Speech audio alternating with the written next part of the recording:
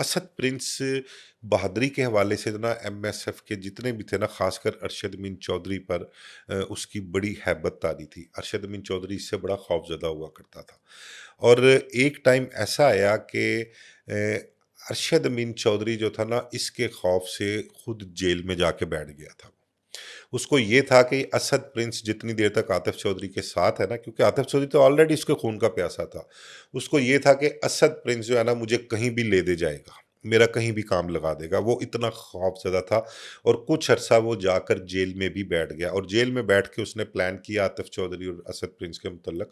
बहुत सी उसने कोशिश की, लेकिन वो कामयाब नहीं हो सका। एंड कामयाब आतिफ चौधरी के मुतल्लक कब होता है? वो जब आतिफ चौधरी इलाका गैर से गिरफ्तार होके लौट आता है। असद प्रिंस ने जब यहाँ पर भी नहीं रुका, आपको बताया कि अजहर गुज्जी से असद प्रिंस का ताल्लुक जेल में, अजहर गुज्जी मजर तिब्बी का भाई। अब ये लोग ज़्यादातर मफरूरी जो थी ना, कह लें कि मुस्लिम लीग हाउस में ये मफरूरी काटा करते थे।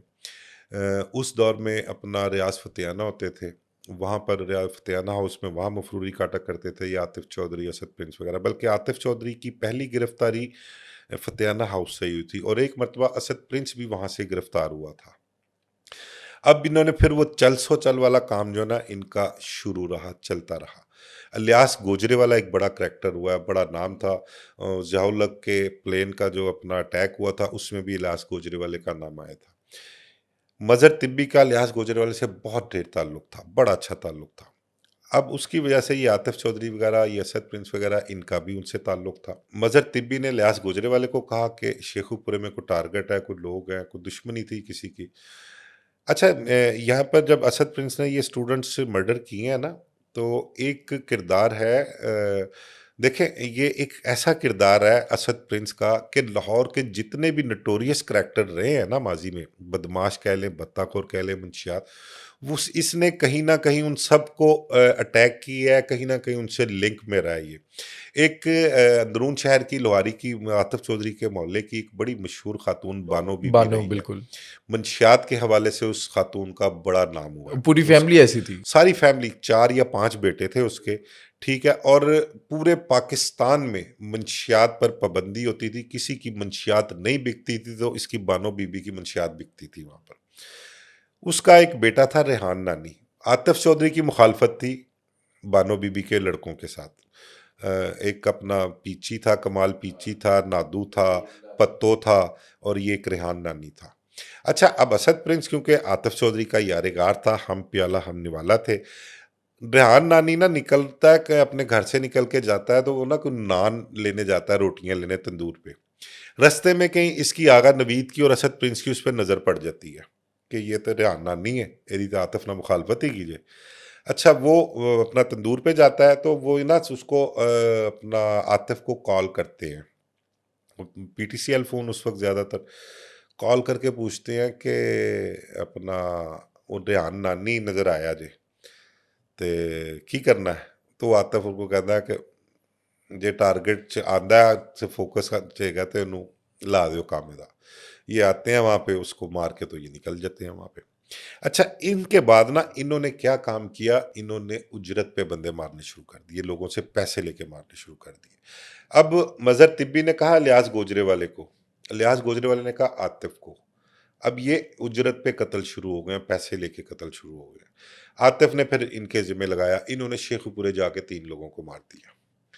फिर इसी तरह आतिफ को मजहर तिब्बी ने खुद डायरेक्ट कहा, फिर एक फैसलाबाद के लिए काम दिया इन्होंने, फैसलाबाद में जाके इन्होंने 2 लोगों को मारा। शेखुपुरा में जो लड़के मारे थे उसमें आगा नवीद था, असद प्रिंस था, और एक बंदा था भोला नाम का। वो भोला इलियास गोजरे वाले का बंदा था। इलियास गोजरे वाला अपना बंदा भी एक साथ भेजता था। और फैसलाबाद में जो 2 मारे, वहां भी भोले को साथ भेजा, इनके असद प्रिंस और आगा नवीद वगैरह के साथ। अच्छा, इनमें शूटर कौन होता था? ये सारे आपस में ये मारते शूटर, थे अब ये या शूटर ही हो असद गए ना। प्रिंस जो है वो फाइटिंग करता था? अब ये शूटर ही हो गए ना, आगा नवीद को भी ले ले, असद प्रिंस को भी ले ले, और वो जो भोला भेजा साथ लियास गुजरे वाले ने, वो भी भेजा। ये सब अब शूटर ही थे, क्योंकि अब पैसे लेके इन्होंने इन लोगों को मारना शुरू कर दिया था। तो एक पैसे भी जो थे वो एक कह लें कि बहुत सोर्स ऑफ इनकम जो था बहुत बहुत एक ईज़ीएस्ट वे इनको नज़र आ रहा था कि किसी से पैसे पकड़े उसको मार के तो निकल गए। हाथ इनका खुल गया था। हाथ खुल गया हुआ था इनका। इसी तरह उन्होंने और भी कई लोगों को मारा जो कि अभी तक मंज़र आम पर नहीं आ सके, क्योंकि असद प्रिंस की तफ्तीश तो हो नहीं सकी, ठीक है? वो सडन एक एनकाउंटर जो हुआ था उसमें मारा गया था। अगर तफ्तीश होती तो पता लगता, ये गिरफ्तार होता तो पता लगता कि इन्होंने और क्या-क्या काम किए होंगे। मतलब अंदाज़ा भी नहीं है कि इन्होंने कितने मारे हैं। ये भी नहीं इस चीज़ का अंदाज़ा कोई। लेकिन इस डेढ़ 2 साल के अरसे के दौरान काम ये बहुत बड़े-बड़े कर गया था। उस टाइम पे एज क्या थी असद प्रिंस की? अच्छा, ये इसका जब पुलिस एनकाउंटर होता है ना, को हार्डली 22-23 साल इसकी एज थी, ठीक है, असद प्रिंस की। मतलब हल्की उम्र थी, कोई इतना मतलब कि नहीं कि टीनेज ही कह लें कि यही एज होती है तकरीबन 20-22 साल की उम्र। और घर-बार छोड़ दिया था? घर-बार अब जब ये काम किए तो फिर घर तो नहीं रहना था, घर वाले तो प्रॉब्लम में थे, इसकी गिरफ्तारी के लिए पुलिस रेड करती थी, घर ताला होता था, कभी किसी को पकड़ के ले जाना या घर वालों ने कभी कहीं पर वक़्त गुज़ारना, कभी कहीं वक़्त गुज़ार दर-बदर घर वाले भी जो है इसकी वजह से रहे हैं। एक इंसिडेंट होता है, वो बड़ा फ़िल्मी सीन था हाई कोर्ट चौक में, स्टेट बैंक के सामने। स्टेट बैंक के सामने। आतिफ़ चौधरी ना एक करैक्टर रहा है पप्पू तेली, वो सट्टेबाजी के हवाले से जुआ करवाया करता था उससे। आतिफ़ चौधरी उससे भत्ता माँगता है, वो उसको भत्ता नहीं देता, वो उसके साथ भिड़ जाता है और अपने साथ ना गार्ड्स रख लेता है, कोई 5, 7, 8 गार्ड्स उसके साथ, वो उसने बाहर निकलना तो इतने गार्ड्स लेके निकलता था। अब होता ये है कि हाई कोर्ट चौक में ना वो पप्पू तेली जा रहा होता है, तो गाड़ी पर ये भी आगे से गाड़ी पर आ रहा होता है, इनका आमना-सामना हो जाता है। वो माल रोड के ऊपर बीच में चौक में जब इनका आमना-सामना होता है ना, तो असद प्रिंस ने जिस तरह से उनके ऊपर अटैक किया ना, वो लोग उस दौर के जो ऐनी शाहिदीन थे ना, वो कहते हैं कि यार क्या कोई फ़िल्मी सीन होगा? क्या हमने फ़िल्मों में देखा होगा इस किस्म के सीन कि किस तरह से अटैक होता है और अपना गैंग वार या अंडरवर्ल्ड के लोग एक दूसरे को किस तरह से अटैक करते हैं? कहते यार हमें वो सीन भूल गए थे जो ये वो अटैक था। और इस कदर खौफनाक इसने क्लाशनकोफ के ब्रस्ट मारे थे उन पे, पप्पू तेली ज़ख्मी हुआ, उसके गार्ड ज़ख्मी हुए, कुल टोटल 13-14 लोग उस इंसिडेंट में ज़ख्मी हुए थे। कहते हैं ज़मीन पे बैठ के फायरिंग की थी। हाँ, हाँ, बड़ा वो क्लाशनकोफ बड़े तरीके से इसने पता नहीं बताते हैं कि एडजस्ट करके जिस तरह इसने ब्रस्ट चलाए हैं ना वहाँ पर, वो देखने वाली चीज़ थी। तो वो 14 लोग इसने वहाँ पर ज़ख्मी किए उन लोगों को। इसके अलावा और बड़ी वहादत रोड में एक अपना कोई प्रॉपर्टी डीलर था, उसके साथ झगड़ा हुआ, उसको फायरिंग करके उसका कोई गार्ड मर गया था, वो खुद भी ज़ख्मी हुआ था। एक बड़ा नामवर बड़ा तगड़ा एक इश्तिहारी रहा है, उजरती कातिल रहा है नईम खान। ठीक है, नईम खान वहादत रोड पे जा रहा होता है, अब्दुल्ला मीर गालिबन ब्लैक ईगल का वो उसके साथ होता है। तो अब्दुल्ला मीर से इसकी ऑलरेडी पहले ही ना पीपल्स पार्टी का ऑफिस फैसल टाउन में, वहाँ पे कहीं इसकी किसी बात पे ना आपस में मुँहमारी हो गई या चपकलिश या झगड़ा हुआ। तो ये वहादत रोड पे जा रहे होते हैं, तो नईम खान जो है ना उसका किसी स्कूटर वाले से एक्सीडेंट हो जाता है। तो वो उतर के वो देख रहे होते हैं, तो इनका वहाँ से गुज़र होता है। ये देखते हैं मीर अब्दुल्ला और उसको नईम खान को, तो ये ना वहाँ पे रुक के उनसे खै-बखै शुरू कर देते हैं। अब उनका झगड़ा होता है तो ये फायर मार के उसको नईम खान को भी ज़ख्मी कर देता है। नईम खान बड़ा तगड़ा इश्तिहारी था, बड़े बंदे मारे हुए हैं उसने, वो भी उसका भी पुलिस एनकाउंटर हुआ था। देखो कि एक असद प्रिंस है, मैंने आपको को 15-20 किरदार उस दौर के वो नामी-गिरामी जो आज तक डिस्कस होते हैं, उन सब के साथ इसका इन्फ्लुएंस किसी न किसी तरीके से रहा है। सबको इसने टफ टाइम दिया हुआ है, सबके साथ ताल्लुक रहा है, या मुखालफत रही है या उन लोगों को मारा है इसने। ये एक ऐसा करैक्टर था। तो और बेशुमार मतलब कि इसकी वैसे 324 की वारदातें हैं जो इसने की थी। अब आतिफ़ चौधरी की वजह से इसको ना फ़ेम मिलता था। इसकी वजह से आतिफ़ चौधरी की जो थी एक अलहदा से बनती थी बदमाशी के नाम पे कि भई आतिफ़ चौधरी के पास एक ऐसा साथी, एक ऐसा दोस्त, एक ऐसा शूटर है, जिसके खौफ से आतिफ़ चौधरी के जो दुश्मन थे वो उन पर इतनी हैबत तारी होती थी कि अरशद अमीन चौधरी जैसा ताकतवर तरीन स्टूडेंट लीडर वो जेल में छुपा जाके हुआ बैठ था। गया जाके। ठीक है? कितना खतरनाक और कितना खौफनाक ये करैक्टर असद प्रिंस था। अब असद प्रिंस को एक वो 60,000 रुपया दिया हुआ था ना जो मंसूर प्रिंसिपल को, वो चीज़ भी उसको बड़ी कुड़कती थी कि देखा ना उसने अपने माजी में उसके साथ जो कुछ हुआ उसने किसी को स्पेयर नहीं किया। आशी बलोच को नहीं छोड़ा उसने, अशफाक कालिया को नहीं छोड़ा उसने। अब ये एक जो मामला था मंसूर प्रिंसिपल वाला जो 60,000 रुपया दिया था ना, वो उसको भूलता नहीं था, वो उसको याद आता था। आतिफ चौधरी के साथ डिस्कस करता है वो, उसने कहा कोई गल नहीं मोहब्बत जी, आतिफ चौधरी का डायलॉग था मोहब्बत जी इन्हां दी ऐसी दी तैसी 60 ਦੇ डबल करके लवांगे ऐसी उन्हों को, ऐसे मतलब कि उसने। अब आतिफ चौधरी फोन करता है मंसूर को, प्रिंसिपल को, वो उससे भत्ता मांगता है। वो खैर को टाइम लेता है, को देखता है कि मामला, आतिफ चौधरी का बड़ा नाम होता था उस दौर में, तो वो खैर जब पता लगता है कि आतिफ चौधरी ने उससे प्रिंसिपल से भत्ता मांगा है, तो उस दौर में आबिद बॉक्सर जो था ना वो बहुत एक्टिव था। पुलिस एनकाउंटर्स के हवाले से भी कह लें आप, और सर्विस में, पुलिस महकमे पुलिस में एक नाम आबिद बॉक्सर का बन गया हुआ था। नाम क्यों बना था कि इससे पहले आतिफ चौधरी के और आबिद बॉक्सर के 3-4 पुलिस मुकाबले हो चुके थे, और वो मुकाबले सड़कों पर हुए थे, आपस में क्रॉस फायरिंग हुई थी, लेकिन दोनों साइडों से कोई नुकसान नहीं हुआ था, महफूज रहे थे वो उस चीज़ में। तो इस हवाले से आतिफ चौधरी पर आबिद बॉक्सर ऑलरेडी काम कर रहा था। उसमें को एसएसपी या एसपी थे अपना गुलाम मोहम्मद जी, कलियार जी, थे बिल्कुल गल, मैंने पॉडकास्ट किया हुआ है उनके साथ। ठीक है, वो तो हुआ करते थे। अब जब उनको पता लगता है ना कि वो प्रिंसिपल से आतिफ चौधरी ने भत्ता मांगा है, तो पहले ही पुलिस आतिफ चौधरी के, असद प्रिंस के, इनके पीछे थी, आगा नवीद के, खालिद हीरा, ये जितना भी ग्रुप था इन सब के पीछे थी। गुलाम मोहम्मद कलियार साहब क्या करते हैं कि वो सिविल कपड़ों में जाते हैं, साथ आबिद बॉक्सर होता है, कोई उससे इंफॉर्मेशन ले जाके, मतलब कि पुलिस के साथ नहीं जाते कि कोई बात फैल ना जाए या इनको पता ना लग जाए इनको, और ये अपना कॉन्शियस हो जाए। वो वहाँ पे जाते हैं, जाके उनसे बात करते हैं, इन्फॉर्मेशन ले रहे होते हैं, तो उनके बैठे हुए आतिफ चौधरी की कॉल फिर आ जाती है मंसूर साहब। तो वो कहते हैं कि हाँ जी पैसों का की कीता है?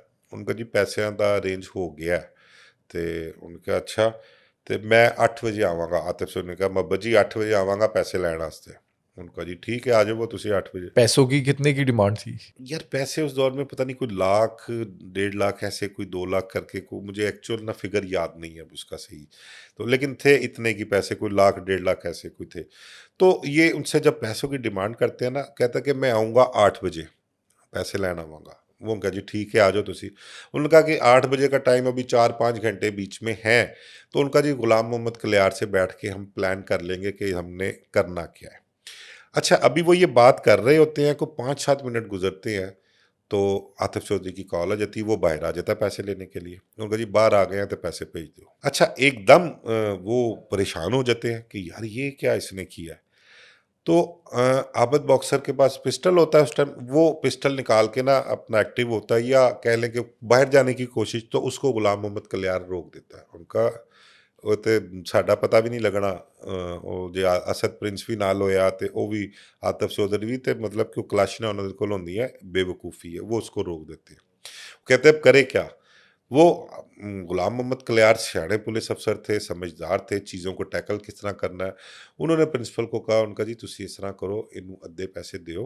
उनको जी ये अरेंज अद्धे पैसों का हो गया, बाकी पैसे असीं तुहानू कल दे देना, कल का कोई टाइम दिओ। वो कहते ठीक है, उसको आधे पैसे जाके बाहर पकड़ाए, बाकी का कल का टाइम किया, वो चले गए।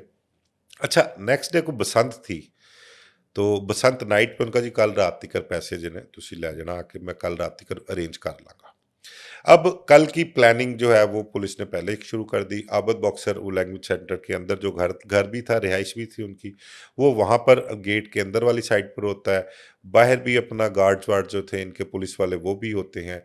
अब वहाँ पर Agha Naveed, Atif Chaudhry, next day Asad Prince और खालिद हीरा, ये 4 लोग जाते हैं पैसे लेने के लिए। खालिद हीरा और असद प्रिंस गाड़ी से उतरते हैं, उतर के पैसे लेने के लिए जाते हैं।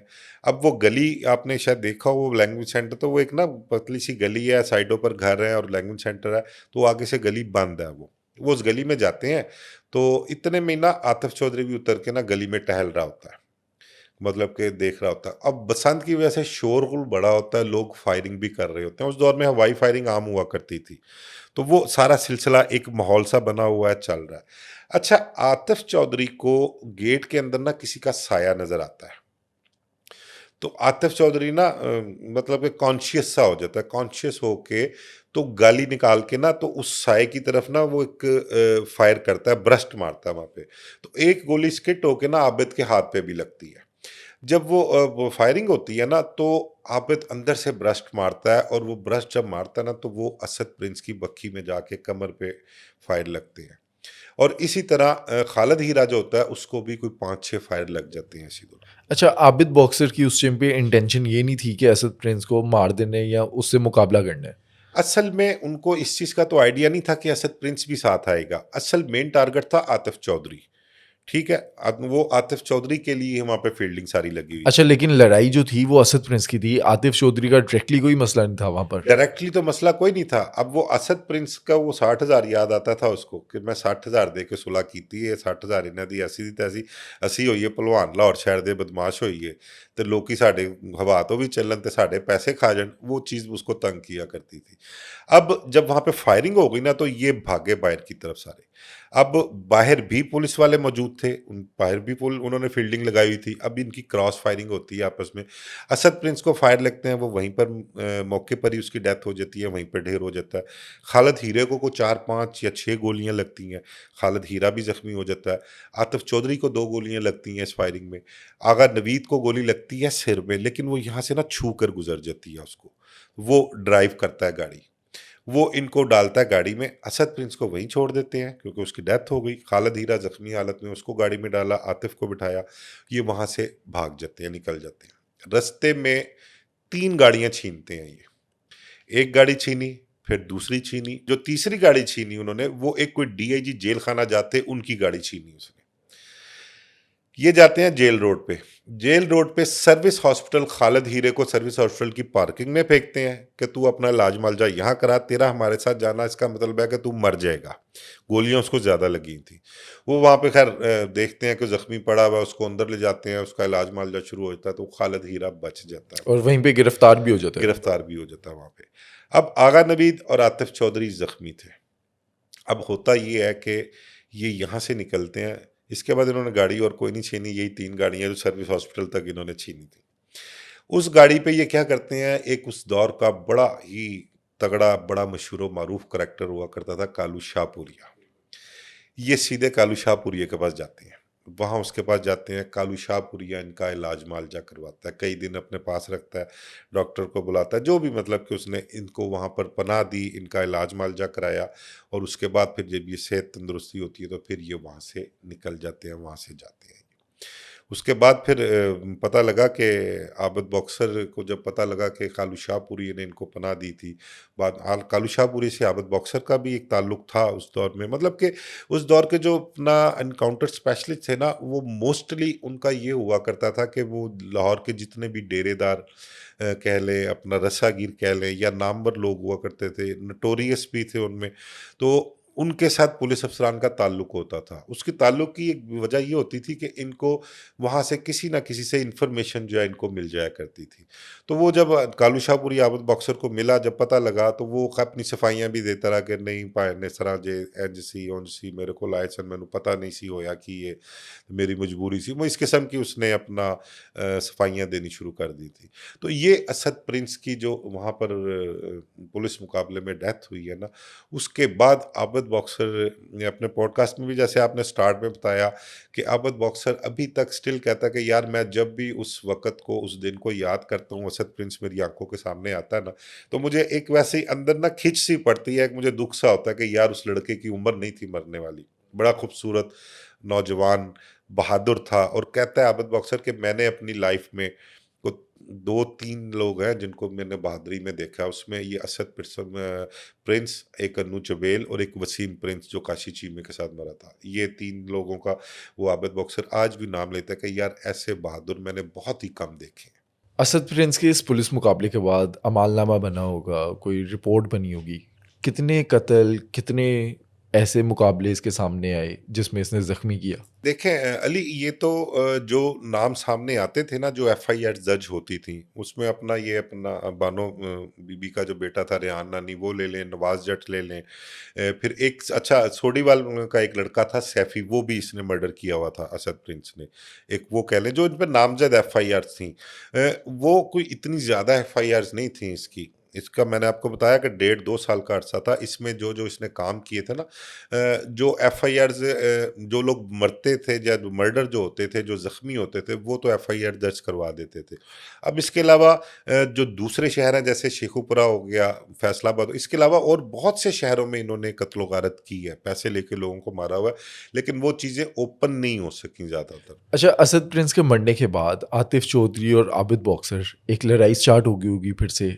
असद प्रिंस की मौत का दुख तो हुआ होगा आतिफ को। आतिफ को बिल्कुल दुख था मौत का उसकी, असद प्रिंस की। और बल्कि उसके बाद आपको मैं बताऊं कि अगर मैं आपके साथ शेयर करूं, ये भी चीज़ आज तक मेरा नहीं ख्याल मैंने कहीं सुनी है या देखी है किसी के मुंह से, ये भी एक नई इन्फॉर्मेशन है कि आतिफ चौधरी जो है उसने मीनवाइल इसी दौरान जब असद प्रिंस जिंदा था ना, आतिफ चौधरी ने अटैक करना था आबिद बॉक्सर पे।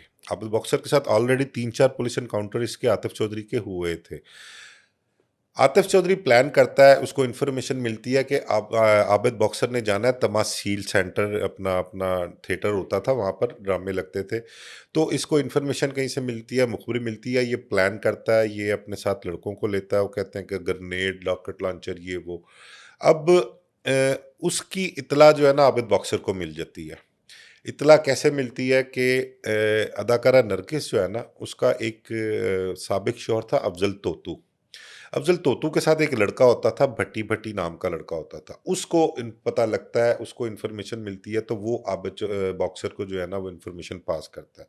वो पहले पूछता है कि जी आबिद साहब तुसी तमासील जाना है, उत्थे ਤੁਹਾਡਾ प्लान उनका हो जाना। उनका जी फिर कल ਤੁਹਾਡੇ ਤੇ इस टाइम आतिफ चौधरी ने अटैक करना है और बड़ा मजबूत अटैक करना है। आबिद बॉक्सर जो है वो वहाँ पे जाता है, लेकिन अपनी सिक्योरिटी बहुत टाइट रख के, गनमैन पुलिस वाले अच्छे खासे लेके जाता है। आतिफ चौधरी वहाँ पर उस पर अटैक नहीं करता, सिक्योरिटी देख के और गनमैन देख के ना वो वहाँ से निकल जाता है। उसके बाद होता ये है कि आतिफ चौधरी जो है ना और आगा नवीद, इनके साथ एक गाड़ी में 2 लड़कियां होती हैं। ये चले जाते हैं अपना पिंडी वाली साइड पर जाते हैं। अब उन 2 लड़कियां जो होती हैं उनमें एक आगा नवीद की दोस्त होती है और दूसरी लड़की जो होती है वो आतिफ चौधरी की मिसेज होती है। वो वहाँ पर पुलिस के साथ इनका अपना मुकाबला होता है, वहाँ पे फायरिंग का तबादले में कोई एक एएसआई और 2 मुलाजिम ये ज़ख्मी कर देते हैं। उन दोनों ख़वातीन को छोड़ के ये वहाँ से भाग जाते हैं, फ़रार हो जाते हैं। अब जब पता लगता है, वहाँ के जो एसएसपी थे, लाहौर के एसएसपी से राब्ता करते हैं, वो कहते हैं ऐसे-ऐसे इश्तिहारी हैं आतिफ चौधरी और आगा नवीद, तो ये 2 ख़वातीन यहाँ पर मिलती हैं। आबिद बॉक्सर पिंडी जाता है। पिंडी जाके उन ख़वातीन से इंटेरोगेट पूछ-गुछ भी करता है। अच्छा, मीनवाइल आतिफ चौधरी को इत्तला मिल जाती है कि आबिद बॉक्सर वहाँ पे गया। तो आबिद बॉक्सर को फिर कॉल भी करता है आतिफ चौधरी, कहता महबूब जी मेहरबानी करना, वो मेरी वाइफ है ते ख़वातीन दा साडी लड़ाई नाल कोई तल्लक नहीं। ये उसको आबिद बॉक्सर को फ़ोन भी करता। उनका यार मेरा कोई नहीं उन्हां नाल, ख़वातीन नाल साडा की लैना देना, तेरा मेरा आमना सामना जिन्नी वारी भी होया, अगे भी होएगा ते असीं इंज ही मिलांगे, ते मेरा इन्हां नाल कोई तल्लक नहीं। मैं एक इन्फॉर्मेशन वास्ते गया सां, पुछण वास्ते, ते तू कहना कि मेरी मिसिज है, तेरी बीवी है, ते भाई साडे लई काबिल एहतराम ही कि साडा उन्हां नाल कोई तल्लक नहीं। मतलब कि उनको छोड़ के वहाँ पे आ जाता है।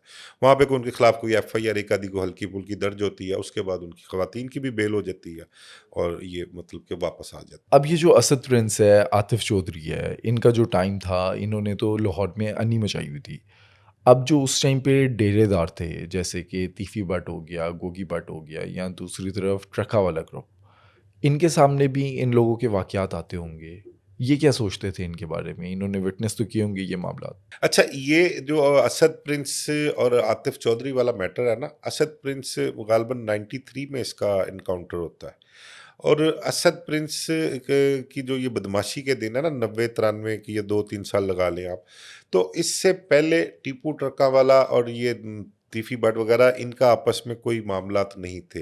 ये स्टार्ट होते हैं आफ्टर अपना बिल्ले के मर्डर के बाद। 96 के बाद। बिला ट्रका वाला 94 में गालिबन मर्डर हुआ है, उसके बाद ये मामला शुरू होते हैं। उससे पहले ये असद प्रिंस वाला चैप्टर जो है वो क्लोज हो चुका होता है। आतिफ चौधरी वाला जो अपना करैक्टर है वो मौजूद होता है। अरशद अमीन चौधरी वगैरह ये अपना चल रहे होते हैं इनके मामला। और इसके 94 के बाद 6-7 कह लें, 97 तक ये चैप्टर भी क्लोज हो जाते हैं, अरशद अमीन चौधरी भी मर्डर हो जाता है, आतिफ चौधरी जो है वो भी अपना पुलिस मुकाबले में मारा जाता है। तो ये जो आप कह रहे हैं ना कि भट्ट बरादरान और ट्रक्का वाला, इनके जब दुश्मनी शुरू होती है तो इनके इसके बाद जो करैक्टर्स होते हैं वो और बीच में शामिल होते हैं। वो टॉप 10 इश्तिहारी थे उस दौर के, बाबा, नीफा, नाजी भट्ट, भोला सुनैरा, हुमायूं गुज्जर, सना, दाऊद, काली, ये वहीदियाँ, एक पिंकी, ये सब उसके बाद उसमें इनकी दुश्मनी में एंटर होते हैं। उनका इस दुश्मनी से ताल्लुक रहा है, इनका उससे ताल्लुक कोई नहीं रहा। असद प्रिंस अपने पीछे किसको छोड़कर जाता है? कोई शादी हुई थी या बस अफेयर वगैरह, गर्लफ्रेंड वगैरह थी? शादी यार आपको बताया कि 20-22 साल उम्र, 23 साल उम्र थी उसकी जब उसका एनकाउंटर हुआ है। मैट्रिक उसने को मेरे ख्याल 18-19 साल की उम्र में जाके किया, और रो पिट के घिसट-घिसट के, तो शादी-वादी का तो उसका कोई सीन ही नहीं था। ठीक है, बाकी फैमिली के लोग उसके कोई बहन-भाई होंगे, वो अभी भी वहाँ पर कहीं अपना रिहाइश पज़ीर हैं। लेकिन इसके पीछे मतलब कि इसकी फैमिली, बच्चे-वच्चे वो इसलिए नहीं कि अनमैरिड था इसका, तो ऐसे कोई मामलात इसके हैं नहीं कि पीछे कोई लोग। लेकिन इस तरह का करैक्टर एक सबक देता है कि फैमिली भी रुल गई और अंजाम क्या हुआ? अली, इस किस्म का खाली असद प्रिंस नहीं, इस किस्म के जितनी भी नटोरियस करैक्टर माजी में गुजरे हैं ना, वो मैं आपको बताऊं, 32 साल का मेरा सहाफ़ती तजुर्बा है। 32 साल से इसी अपना क्राइम फील्ड में ही रिपोर्ट किया है, क्राइम रिपोर्टिंग की है। मैंने शायद कोई एक या दो कोई करैक्टर देखे होंगे बदमाशी के हवाले से, जिन्होंने कुछ थोड़ा कह लें कि एक लंबी उम्र गुजारी है। लेकिन मैंने इनका जो अरसा, ज़िंदगी का अरसा है ना, जब से इन्होंने जुराइम की दुनिया में कदम रखा है, मैंने को हार्डली 5 साल से ज़्यादा इनकी किसी की ज़िंदगी नहीं देखी। 5 साल के अरसे में इनकी ज़िंदगी का इख्तिताम हुआ है मैंने।